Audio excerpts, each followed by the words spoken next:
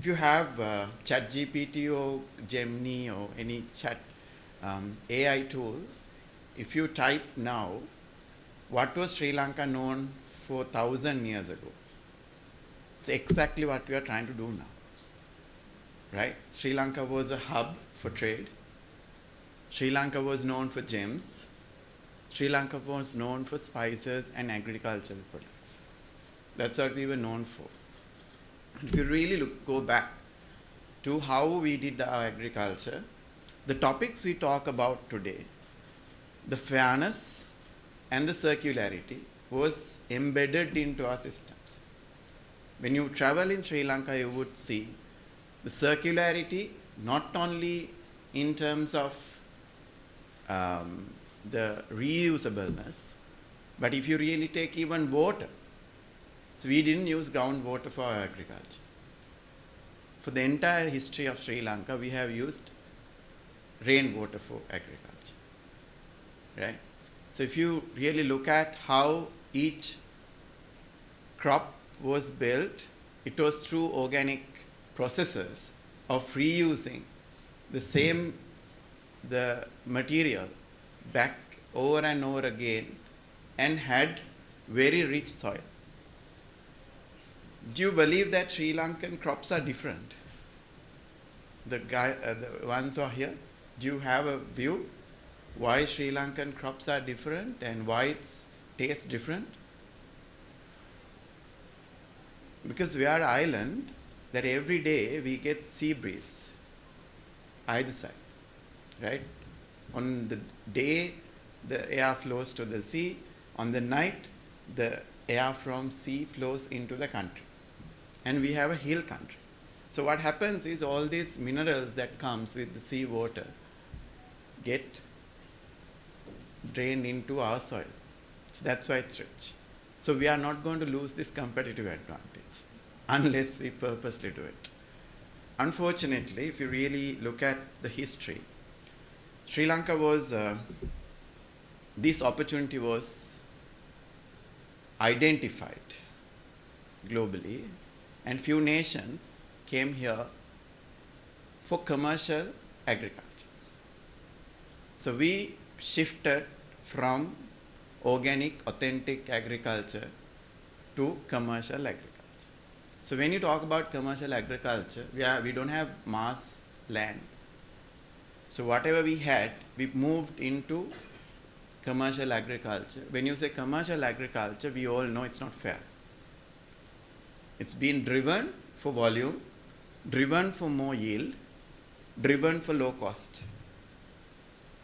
And the entire agricultural practices were purposely killed over a period of time.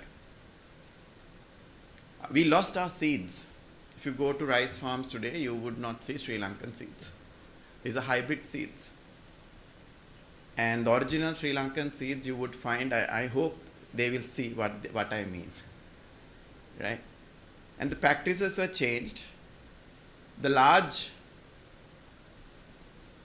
companies who do fertilizer and the other thing is pesticides, took control of the entire system.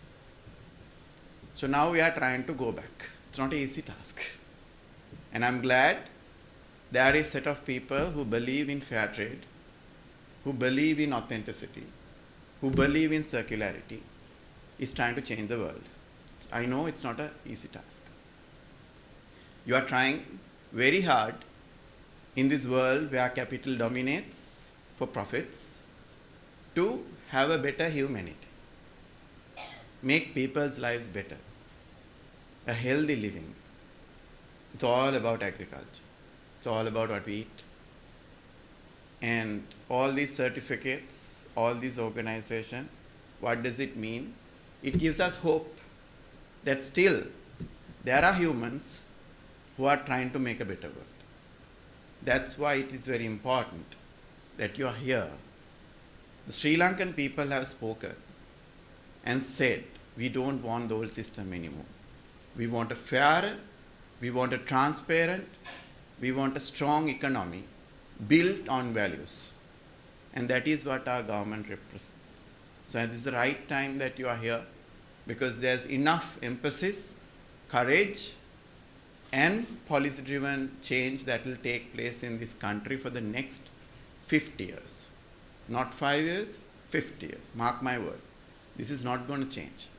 And we are going to transform this country into something beautiful that will be driven on circularity and sustainability. Not only the exports, we want our children to also eat better food. Food with less pesticides, food with less chemicals in fertigation. So this is a big change that we all have to do, and it's right time that we are trying to see how exports can be made organic. Why? Why Europe? Do you think why Europe is demanding more? I have a view. Where do you have the most happiest people in the world? Where? Europe.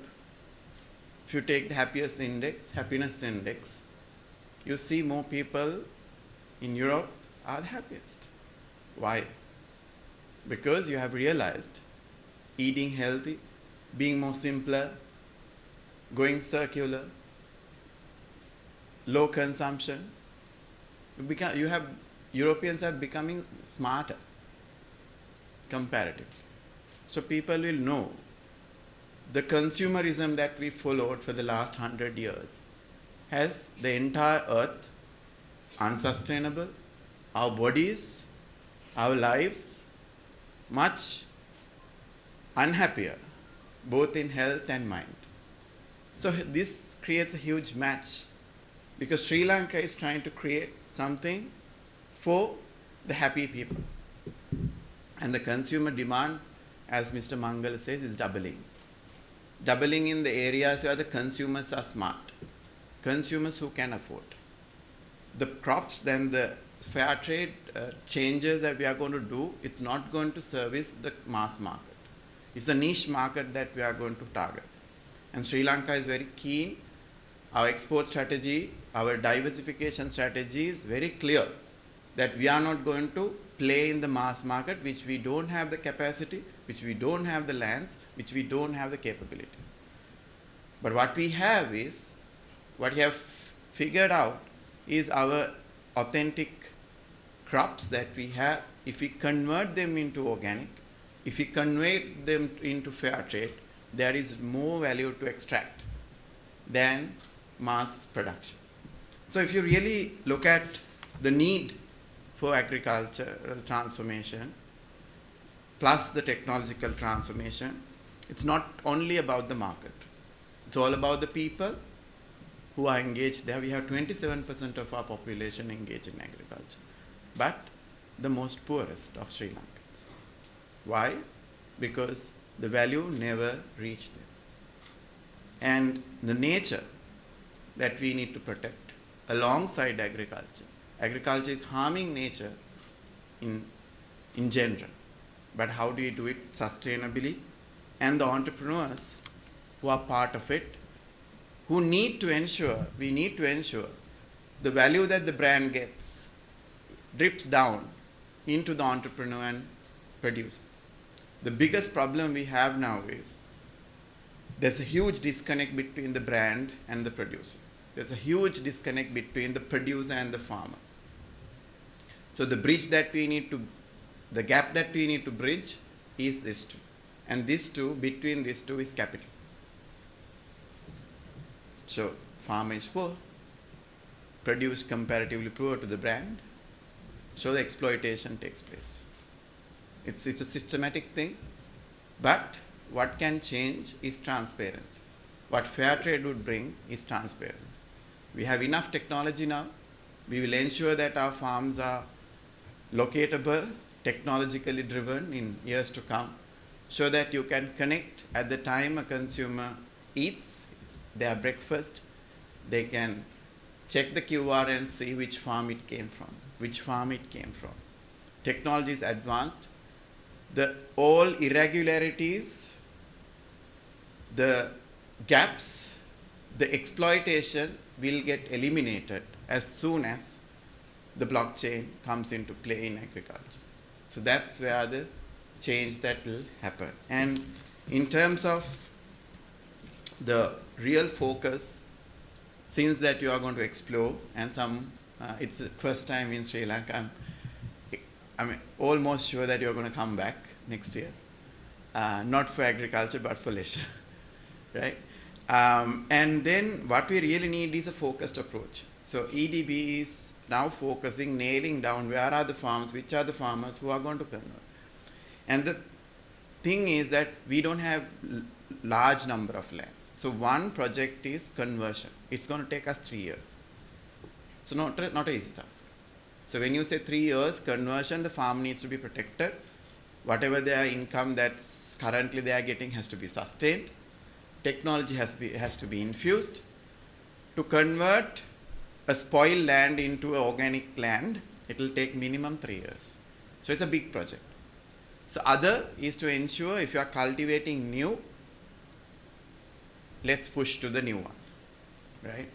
And the other piece is the brand value. So we need your support to directly connect the brands to the farm. If you go and talk to most of the farmers, I don't know where would you go. I hope you will really take to the farmers, right? Going to factories which have given a buyback agreement to farmer, there's nothing for you to learn. That's sorted.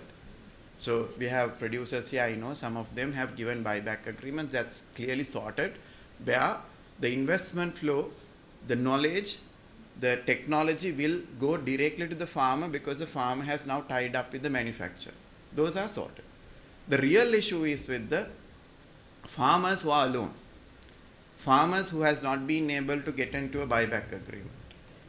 Farmers who are isolated and not organized. We have thousands,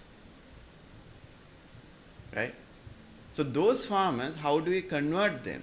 And how do you give them a stable price? How do you ensure and tell them, look, we want you to move into circularity. We want you to move into fair trade. And this is the premium you are going to get. It's not so difficult if the brand is involved. Why? Because you know the market price, you know the sales price, and you can guarantee a higher price. That is not happening. That is a change that we want on the ground.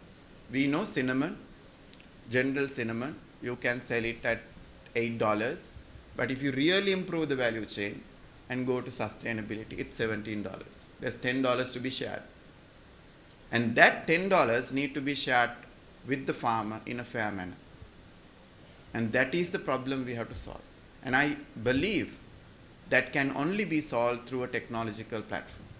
We need a platform that shows where the value is getting transferred. I was in the apparel sector for 16 years, and it will get disrupted. It will get disrupted in the next 10 years. Now there are enough brands which will show the value of the cloth, how much brand has taken, what is the value of the fabric, how much water was consumed, where it was sourced, how much was paid to labor, all that will be visually enabled. So agriculture also, we need that technological transformation in transparency.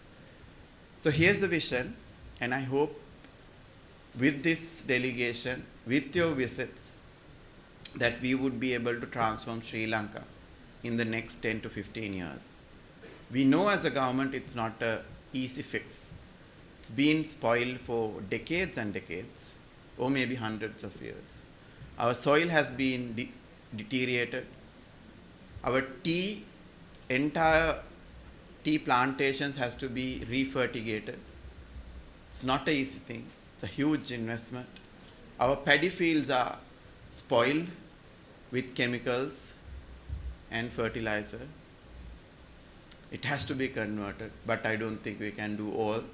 But at least, if we can double the level of farming that we do today in these 12,000 farmers to 14,000 farmers within 5 years, that's a great achievement. And that will make Sri Lankan agricultural exports double its value without increasing the land mass of agriculture and without increasing the number of people in agriculture. So, bold vision, and we are up for it as a government. And thank you for being here. And I wish all of you an enjoyable stay and a great hospitality. And we would love to hear feedback as you go back through your continuous visits to Sri Lanka. We generally say people who come to Sri Lanka stays in Sri Lanka, and there is no checkout. Thanks.